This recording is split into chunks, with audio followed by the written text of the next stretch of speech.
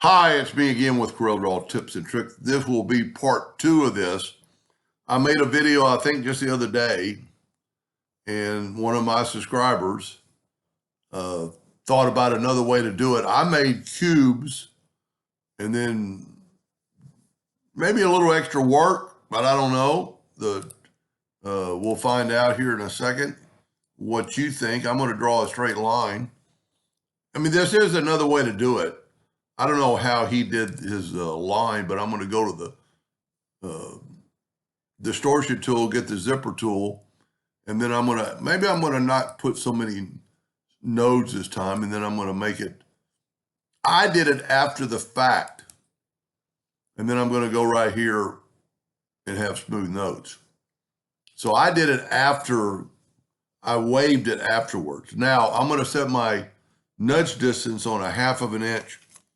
And I'm going to make 3 lines. And then I'm going to grab a 2-point line and just make sure it's long enough to fit everything. And I'm going to make a duplicate of that and move over 1/2 inch. So we've got little 1/2 inch blocks. Now, smartest thing you do now is go to Control G to group this. I'm going to put in a background so we can see it because I'm going to have some of them black and some of them white. You don't have to put them white unless you're going to print it. If you're going to engrave it, you could just leave it non. And I almost find it easier just to do every other one on each row.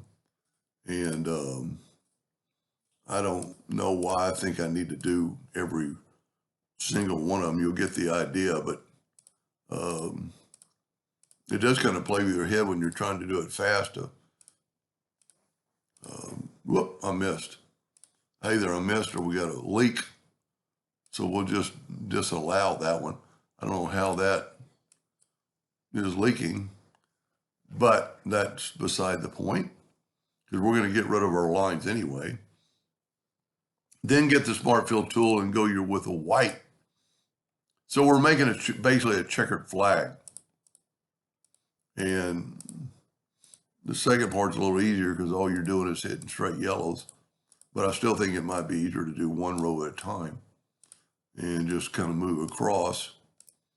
But that's personal preference and hand-eye coordination. Okay, we got something going on there, but we'll figure it out in a second. You know, whenever you have I've found out a lot with the Smart Fill.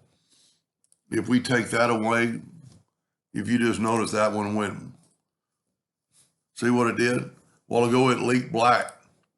Now it won't leak. Something to do. Now what's cool about this, I can take away my outline. I'm going to just take away my yellow box for a second. Now, if you remember, I'm going to Control G to group those, Control D to duplicate it. I've got a 1/2 inch. So then I move it twice, and now I just have to move it once. And I have that same checkerboard look. It's been a couple of days since the other did, and I was trying to help somebody do it. So I don't know if this is faster or better or quicker or easier. My subscriber said something mine didn't look right.